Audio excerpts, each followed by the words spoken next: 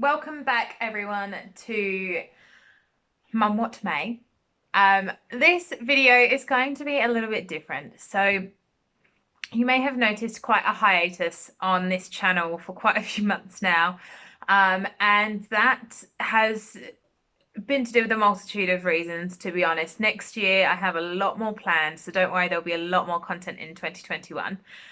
But one of the reasons that we were quiet for a lot of this year was that Sadie was in and out of the Perth Children's Hospital.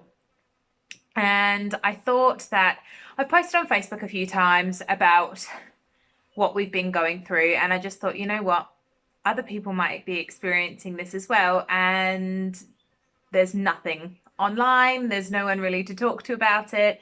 It's quite a rare thing, and I just thought it might be time to put something online, and then hopefully other people might be able to get some help out of it, or at the very least it will explain what has been going on this year. We started noticing Sadie was doing some really weird movements. You're okay. You're okay, baby.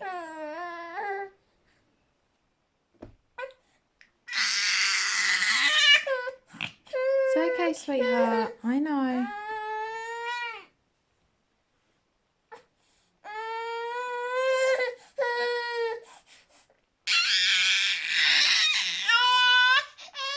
Now, we used to call it the sumo wrestler move and actually thought it was quite funny. After about 2 weeks of it and we realised it was still going, I happened to say to Mum one day, I'm not really happy with it. It seems to be happening all the time now. And Mum said, well, perhaps just book a doctor's appointment. Now, at this stage, Sadie was just starting on solid, so we thought we'd already tried her on omeprazole for reflux because we thought perhaps that was something to do with it, and nothing was really helping.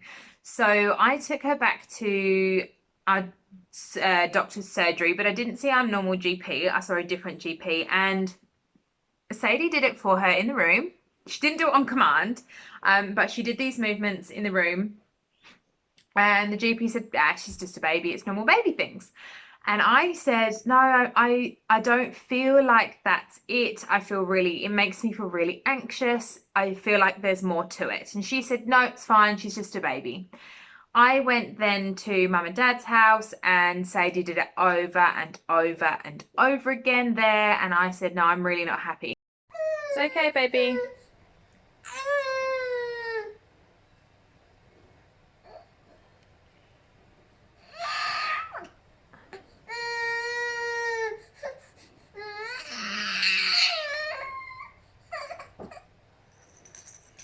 Yeah, there's a tendency. At this stage, she had done the occasional head drop, but we hadn't really noticed it in regards to something on top of the other movement. So I took her to Bunbury Regional Hospital, where they have a paediatric team, and we sat in the emergency department for hours. It was a few hours. And then we were admitted onto the paediatric ward. From there, the paediatrician on call came in and basically said to me that they were concerned about infantile spasms, and they were going to send us in the morning to the children's hospital.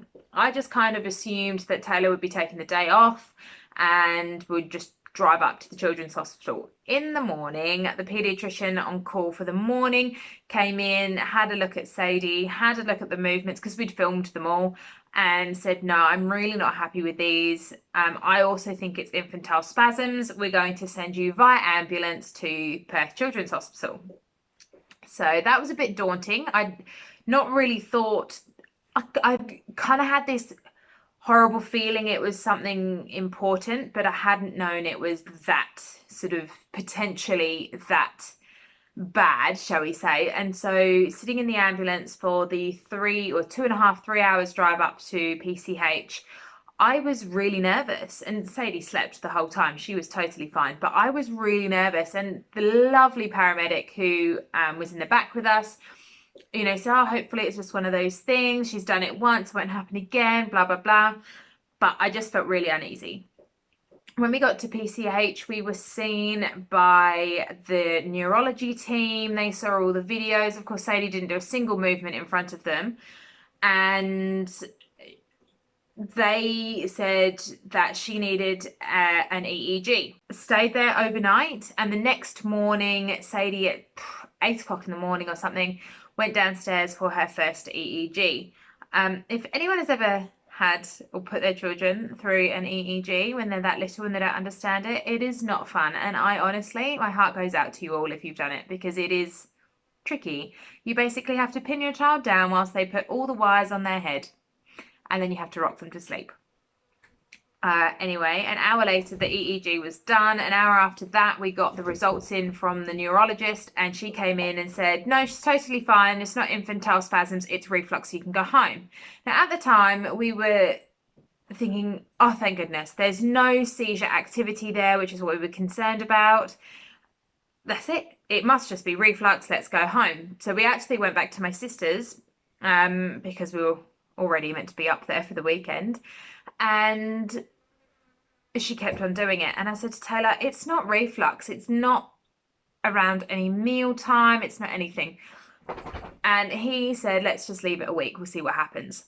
It's been Wednesday of the following week, and Sadie had been head dropping quite badly. Clapping? Sadie?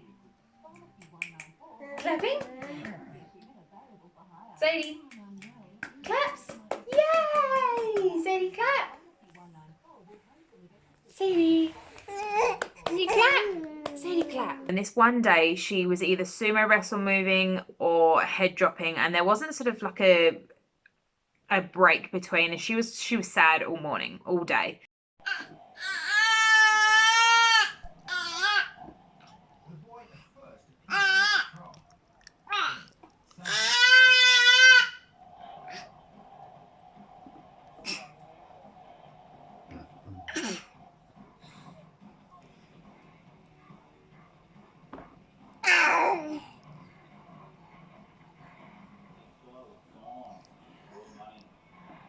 So the afternoon came around, and I phoned the regional hospital and I said, look, we were in last week, we were discharged from PCH, but this is what's going on. I'm a little bit concerned. Is there a paed on call that I can talk to? And they said, look, just bring her straight up. Don't worry about going to emergency. Come straight up to the ward. We'll have a look at her. Went up to the ward. The paediatrician on call that day was actually the paediatrician that resuscitated her when she was born. And between looking at her numbers from a couple of the blood tests that she'd had, the fact that she was oxygen deprived when she was born because she was resuscitated on CPAP, the fact that there was now a new sort of symptom displaying, he said, no, let's book you back into PCH. We did actually try we had a failed MRI at the regional hospital because she wouldn't sleep for the MRI machine. We then were given another referral to go back to PCH because she would need an MRI under general anaesthetic.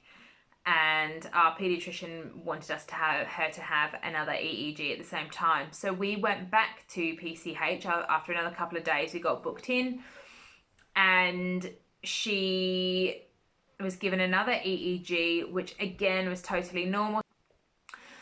So they went to discharge us with, oh, it's just a weird thing she does. And I said, no, absolutely not. I refused to accept that as an answer. So I said, she's having an MRI. I needed to have an MRI. That's what they wanted, to rule everything out, to rule things in.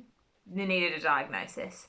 They denied and said, oh, fine, we'll book you in for an MRI, but you probably won't get in for another 2 weeks. Now, the nurse that was on was absolutely amazing, and she came in that evening and said, yep, you're booked in for your MRI tomorrow at 11.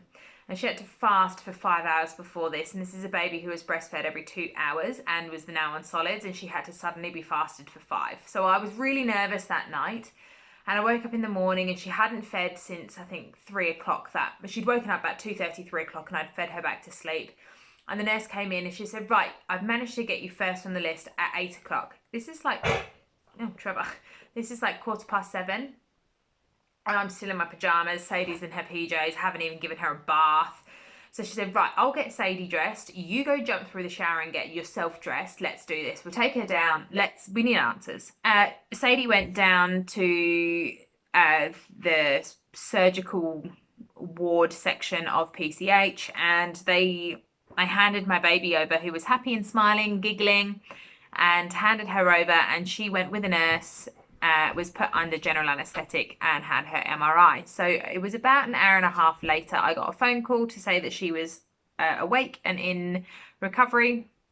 And I went in and saw her, gave her a feed, took her back up. It was probably about 2 hours after that. Thankfully, my sister had come in to be with us because Taylor was working away at this time. And we got the results from the MRI, which basically said, perfect brain, nothing wrong with it, everything looks fine. But she was still doing these weird movements, she was still head dropping, and I was just really unsatisfied. Okay, great that it wasn't seizure activity, but I really needed to, we needed to have an answer. Was this something that would affect her developmentally? Would this affect her later on in life? Did we have to watch when she head drops? Are we going to have to start watching what she's close to? Is this going to happen where she starts walking? There are a lot of unanswered questions.